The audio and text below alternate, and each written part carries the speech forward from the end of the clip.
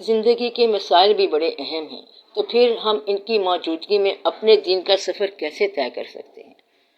اللہ تعالیٰ فرماتا ہے کہ کیا انسان غور نہیں کرتا کہ دہر میں، اسی دنیا میں اور زمانے میں ایک ایسا وقت تھا جب وہ کوئی قابل ذکر شے نہیں تھا۔ You were not even a thing mentioned، یعنی کہ تم مینشنیبل نہیں تھے، قابل ذکر نہیں تھے۔ اب اللہ نے آپ سے یہ جو کہا ہے اس پہ غور کریں کہ آپ کو اس دنیا میں معرض وجود میں لانے سے پہلے آپ کے وجود کا تذکرہ نہیں تھا، آپ کو کوئی نہیں جانتا تھا، یہ پتہ نہیں تھا کہ آپ آئیں گے کہ نہیں آئیں گے۔ یہ دنیا آپ کے آنے سے پہلے آباد تھی اور چل رہی تھی، اور اس دنیا میں تم شاید مذکور نہیں تھے، اور پھر تھوڑی دیر کے بعد تم شاید مذکور نہیں رہو گے۔ تو یہ جو تھوڑی ڈیوریشن ہے، عرصہ ہے، جسے آپ لائف کہہ رہے ہیں، اس میں اللہ نے آپ کو قابل ذکر انسان بنایا، تو آپ اسے اللہ کا احسان مانیں۔ تو یہی عرصہ ہے جس سے پہلے آپ کا ذکر نہیں تھا، اور پھر آپ کو قابل ذکر انسان بنایا گیا، اور پھر اس کے بعد آپ کا تذکرہ نہیں ہوگا۔ تو یہ جو عرصہ ہے، اس میں یا تو آپ انکار کریں گے یا پھر آپ ماننے والے بن جائیں گے۔ اگر آپ اس احسان کو ماننے والے بن گئے تو پھر آپ کے لیے فلاح ہے، ورنہ آپ کو دنیا کا میلہ دیکھنے کے لیے یہ جو اتنا عرصہ ملا ہے، اگر آپ نے اس میں گستاخی کی اور کفر کیا تو پھر آپ اللہ کے رحم سے محروم ہو جائیں گے۔ تو اس عرصے کے لیے آپ کو اس لیے بھیجا گیا ہے، یعنی یہاں بھیجا گیا ہے، اور پھر آپ کو واپس بلا لیا جائے گا۔ اگر آپ دنیا کا یہ میلہ خوشی کے ساتھ دیکھ رہے ہیں، شکر کے ساتھ دیکھ رہے ہیں تو پھر ٹھیک ہے، اور اگر گلہ کرتے جا رہے ہیں تو پھر یہ آپ کے لیے دقت والی بات ہوگی۔ بس یہ عرصہ تھوڑا سا ہے۔ آج انسان کہتا ہے کہ میں کیسے جاؤں گا، میں یہ گھر کیسے چھوڑ سکتا ہوں؟ تو یہ بات یاد رکھنا کہ ایک دن آپ نے یہ سب چھوڑ کے چلے جانا ہے، یعنی جس چیز کو آپ نہیں چھوڑ سکتے اسی چیز کو چھوڑ کے چلے جائیں گے۔ جب دفتر میں آپ کسی آدمی سے کہیں کہ ذرا باہر آنا تو وہ کہتا ہے کہ بڑی مصروفیت ہے، دفتر کو میں چھوڑ نہیں سکتا، یہ فائل پڑی ہے، اس کو میں کیسے چھوڑ سکتا ہوں؟ اور پھر ایک دن وہ سارا دفتر چھوڑ کے آ جاتا ہے۔ جن کے بغیر زندگی نہیں گزرنی تھی ان بندوں کو چھوڑ کے آ جاتا ہے۔ جس طرح گھر میں ایک بچی ہوتی ہے جو گڑیا کے ساتھ کھیلتی رہتی ہے، تو وہ ایک دن گڑیا کو بھی اور ماں باپ کو بھی چھوڑ کر سسرال چلی جاتی ہے۔ اسی طرح انسان سب کچھ چھوڑ کے چلا جاتا ہے، جس کو وہ نہیں چھوڑ سکتا اسی کو تو چھوڑ کے چلا جاتا ہے۔ اس وقت یہ سمجھتا ہے کہ میں یہ سب کچھ چھوڑ نہیں سکوں گا، حتیٰ کہ اس چارپائی کو بھی چھوڑ جائے گا جس پہ وہ سوتا ہے۔ تو جن چیزوں کے بغیر آپ کا وقت نہیں گزرتا، آپ نے ان سب چیزوں کو چھوڑ کے چلے جانا ہے۔ اس لیے ان چیزوں کے دم سے اپنے خیال کو خراب نہ کرنا۔ آپ کے واقعات، آپ کی ضرورتیں، آپ کی افادیتیں اور آپ کی اولادیں، ان سب کو آپ نے چھوڑ دینا ہے۔ آپ یہ کہتے ہیں کہ فلاں چیز بڑی اہم ہے، مگر آپ کے جانے کے بعد بھی کوئی قیامت نہیں آئے گی، کیونکہ آپ پہلے بھی نہیں تھے اور پھر کچھ عرصہ بعد بھی نہیں ہوں گے۔ اس لیے اللہ تعالیٰ نے فرمایا کہ آپ قابل ذکر نہیں تھے، اور اللہ نے تھوڑے عرصے کے لیے آپ کو قابل ذکر بنایا، اور پھر آپ نتھنگ کے نتھنگ ہو جائیں گے۔ اس لیے آپ اپنے آپ کو کوئی بہت بڑی چیز نہ سمجھ لینا، کیونکہ یہ صرف اللہ کا فضل ہی ہے کہ اس نے آپ کو قابل ذکر بنایا، جبکہ اس سے پہلے آپ نہیں تھے۔ پھر انسان پوچھتا ہے کہ مرنے کے بعد کیسا ہو جاؤں گا؟ جیسا وہ مرنے سے پہلے تھا۔ تو پوسٹ ہیومنس لائف ویسی ہوگی جیسا کہ پری نیٹل لائف تھی، یعنی کہ مرنے کے بعد زندگی ویسی ہوگی جیسے قبل از پیدائش تھی۔ جب وہ ہو چکا تو یہ بھی ہو جائے گا، آپ نتھنگ سے پھر نتھنگ ہو جائیں گے۔ ان دو نتھنگس کے درمیان آپ سم تھنگ ہیں، لیکن ایوری تھنگ نہیں ہے۔ بس یہ یاد رکھنا کہ آپ ذرا کچھ ہیں لیکن سب کچھ نہیں ہیں۔ آپ سوچو کہ دو نتھنگس کے درمیان کیا تھنگ ہوگی؟ دونوں طرف تو نتھنگ ہے، اور جو درمیان میں چیز ہے وہ بھی نتھنگ ہوگی۔ اس کو یوں بھی کہہ سکتے ہیں کہ پیدائش سے پہلے ایک خواب تھا، نیند کا عالم تھا، نیند کی زندگی تھی، اور مرنے کے بعد پھر سو جائیں گے۔ تو دو سونے کے وقفوں کے درمیان کا عرصہ بھی تو خواب ہی ہوتا ہے، اور اگر پہلے بیداری تھی اور مرنے کے بعد پھر بیداری ہوگی تو پھر یہ زندگی نیند کا عالم ہے، اور یہ حقیقت نہیں ہے۔ ویسے بھی آپ آدھی سے زیادہ زندگی موت میں رہتے ہیں، یعنی نیند کے عالم میں رہتے ہیں۔ ایک تو نیند کے عالم میں رہتے ہیں اور پھر ایسی چیز حاصل کرتے ہیں جس کو چھوڑنا پڑتا ہے، چاہے وہ نیند ہی ہو، کھانا ہو، مہمان ہو، سب کو چھوڑنا پڑتا ہے۔ اگر آپ کے گھر میں بیٹی اور داماد آ جائیں اور 4 دن زیادہ رہ جائیں تو آپ کو مشکل پڑ جاتی ہے، حالانکہ یہ بیٹی کا اپنا گھر ہوتا ہے۔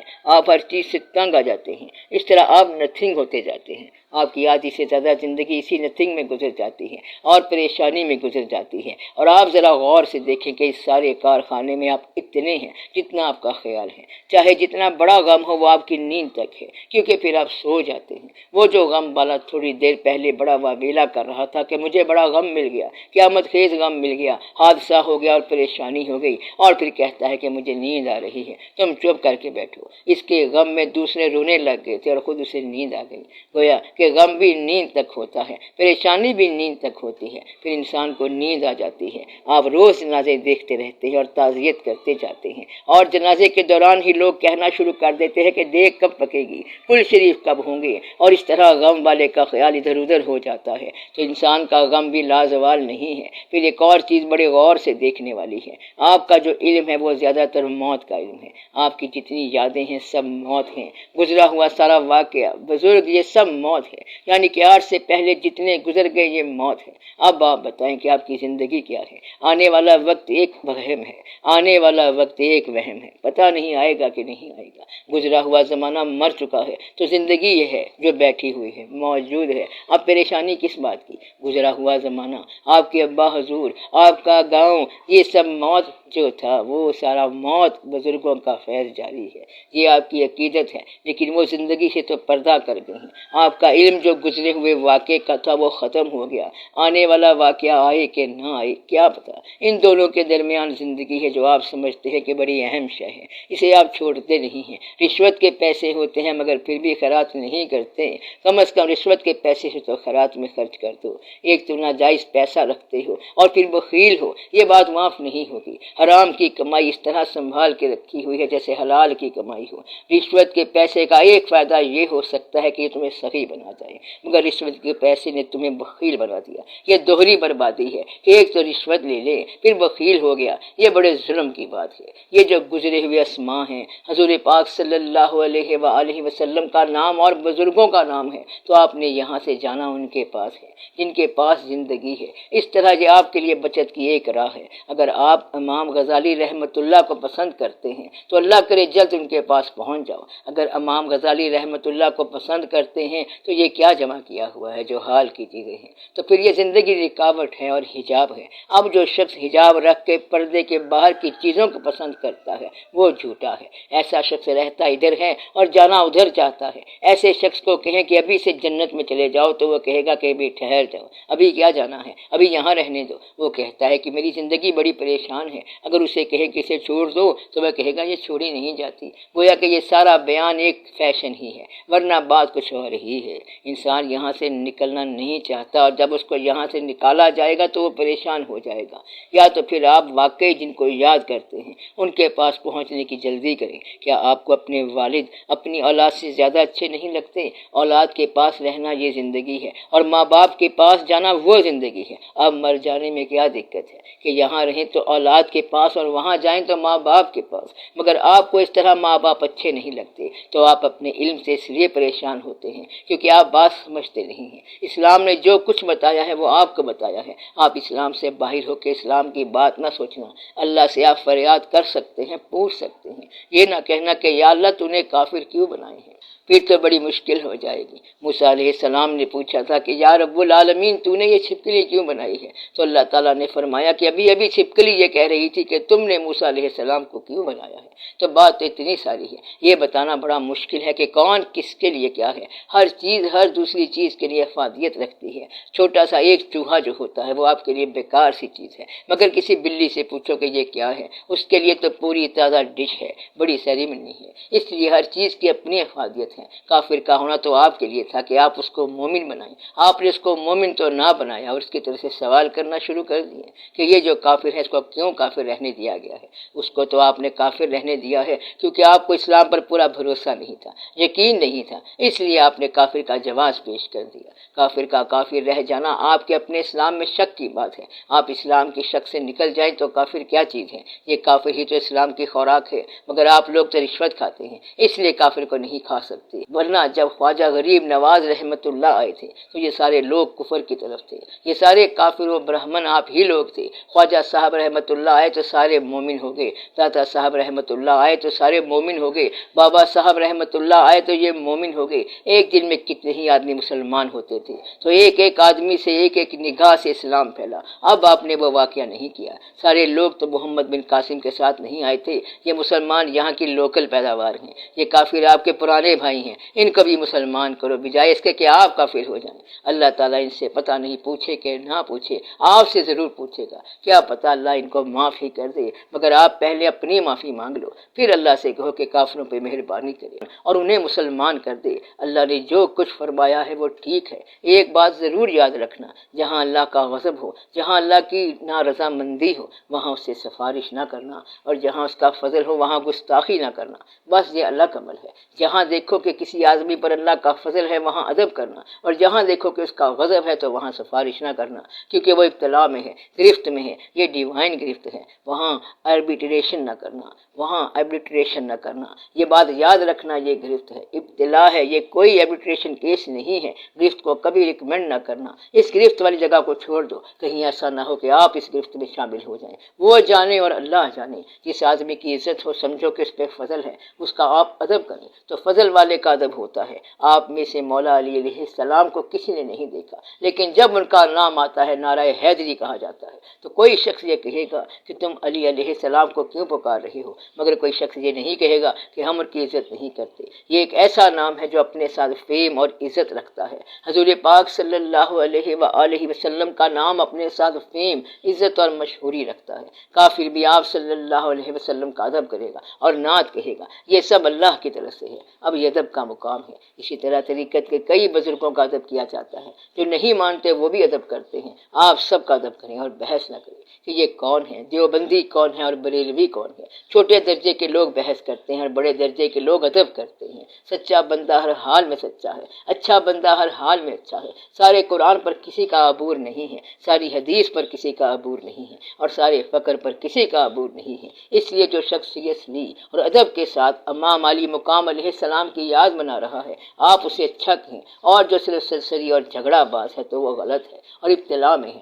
آپ اس کے قریب نہ جاؤ۔ شیعہ بھی جھوٹا ہو سکتا ہے، سنی بھی جھوٹا ہو سکتا ہے، اور شیعہ بھی سچا ہو سکتا ہے، سنی بھی سچا ہو سکتا ہے۔ اچھا آدمی کسی بھی طرف ہو اچھا ہوگا۔ اگر کسی کو امام پاک علیہ السلام کی یاد ہو تو سبحان اللہ، وہ بہت اچھا ہے۔ سنی کو بھی ان کی یاد ہو سکتی ہے۔ یہ شعر سنی نے ہی کہا، شاہ است حسین، بادشاہ است حسین، دین است حسین، دین پناہ است حسین، سردار ناداد دست در دست یزید، حقا کی بنائے لا الہ است حسین۔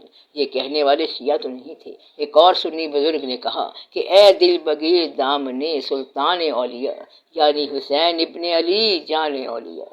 جو جھوٹا ہے نہ وہ شیعہ ہے اور نہ وہ سنی ہے، بلکہ وہ جھگڑالو ہے۔ یہ ہے فساد، بلکہ فی سبیل اللہ فساد۔ آپ فساد سے بچ جائیں تو باقی سب ٹھیک ہے۔ اگر دل سے ادب کریں تو سارے فقیر اور سارے بزرگ ایک ہی ہیں، فیض کا سلسلہ ایک ہی ہے، یعنی یہ سب حضور پاک صلی اللہ علیہ وآلہ وسلم کا فیض ہے۔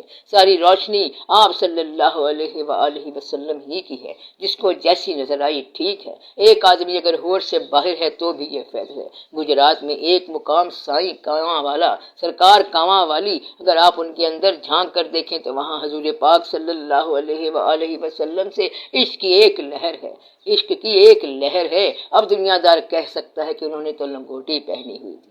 آپ کو یہ سمجھ نہیں آئی کہ عشق نے کس کو کہاں پہنچا دیا ہے۔ یہ سارے روپ اس کے اپنے ہیں۔ اتنی بات تو ضرور سمجھا کرو، اس سے آگے پھر سمجھ آئے کہ نہ آئے کہ کسی کو عشق نے پہلے ہی راستے پر سنبھال لیا اور اس پر حاوی ہو گیا۔ اس طرح وہ شخص مجذوب ہو گیا، کسی اور پر عشق اس طرح حاوی ہوا کہ وہ عبادت کرنے لگ گیا، نماز پڑھنے لگ گیا، اس کو ظہر اثر کا پتہ نہیں ہوتا اور وہ نماز پڑھتا ہی چلا جاتا ہے۔ تو یہ بھی حالت ہو جاتی ہے کہ وہ شخص نماز ہی پڑھتا چلا جاتا ہے۔